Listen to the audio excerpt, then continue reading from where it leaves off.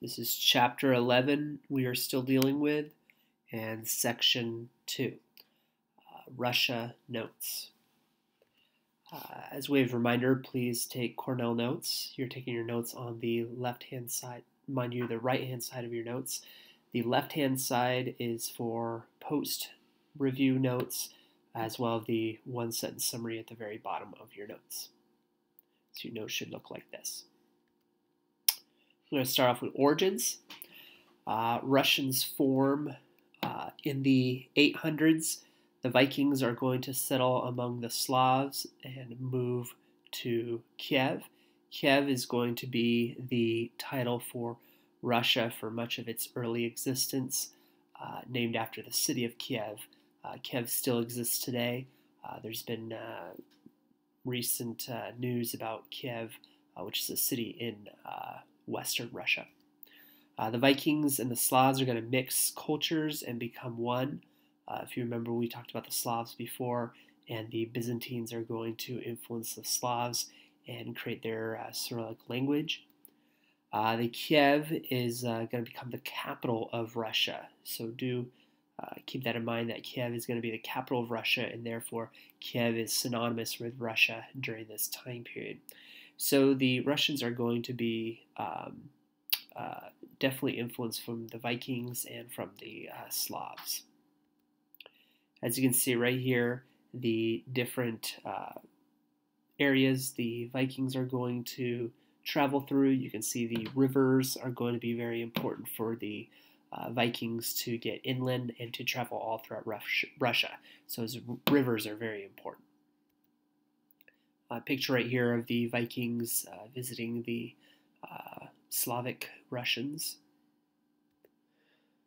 Another picture right here of the link to Constantinople, which we'll look at next, Kiev to Constantinople.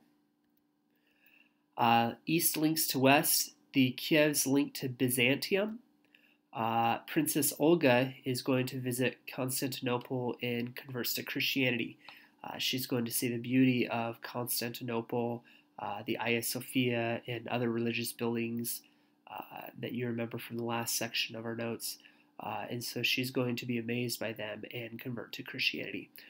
Trade and religion will link the two together. So Byzantium and Kiev, Russia, will have an alliance ship, if you will.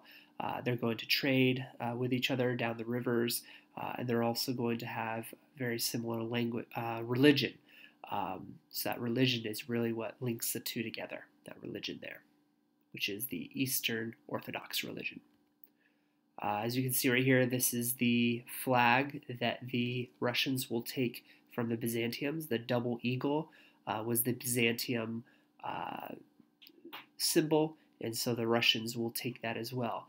The horse with the man killing the dragon in the middle of that, that's going to represent something that we'll talk about later on.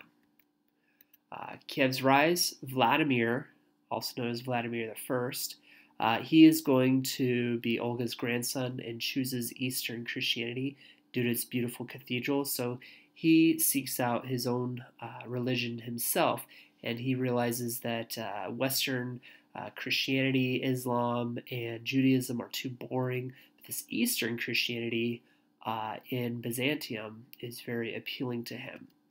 As you can see right here, this is a picture of him being baptized right here.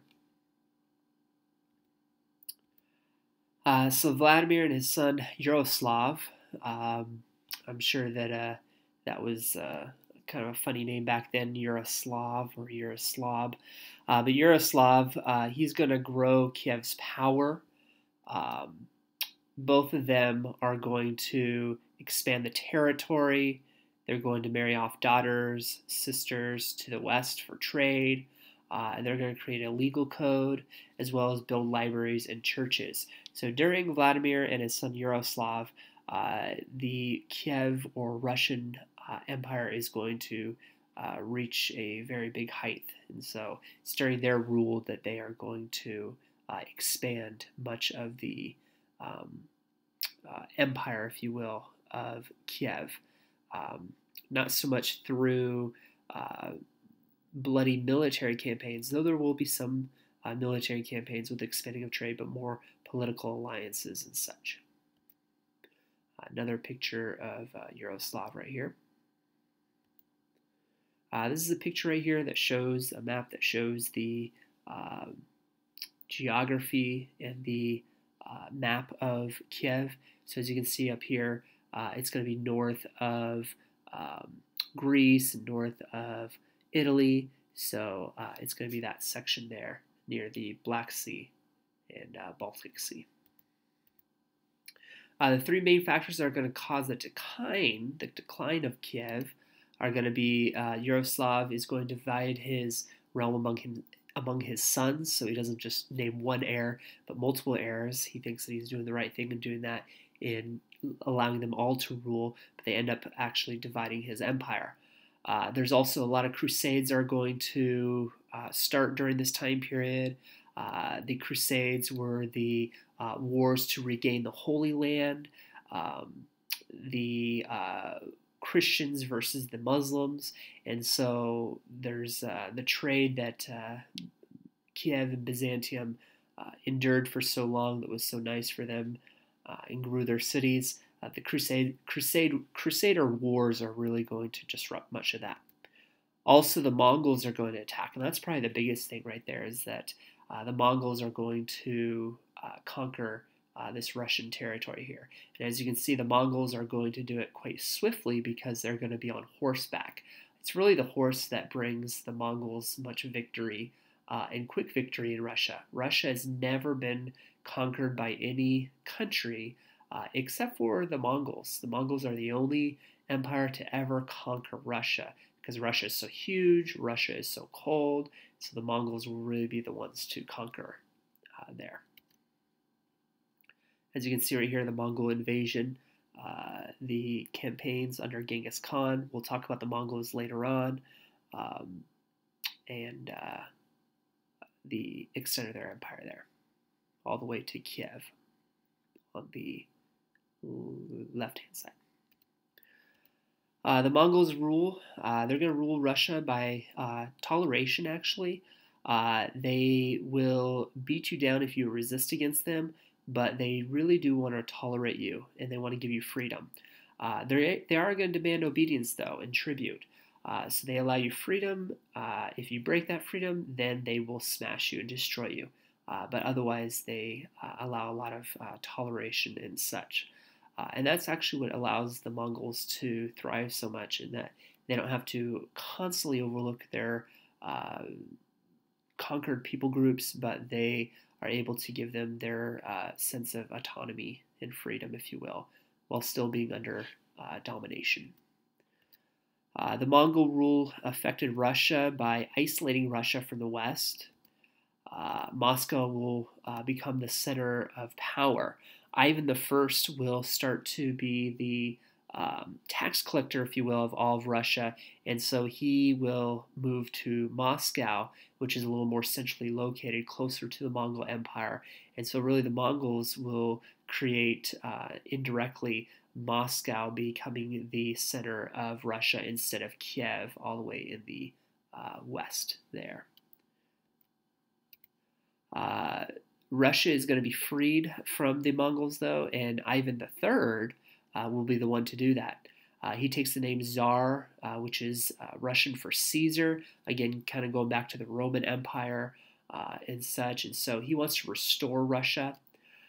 He refuses to pay tribute to the Mongols, and that's really what sparks the Mongol and Russian war and the Russian freedom, if you will. They're going to have a standoff.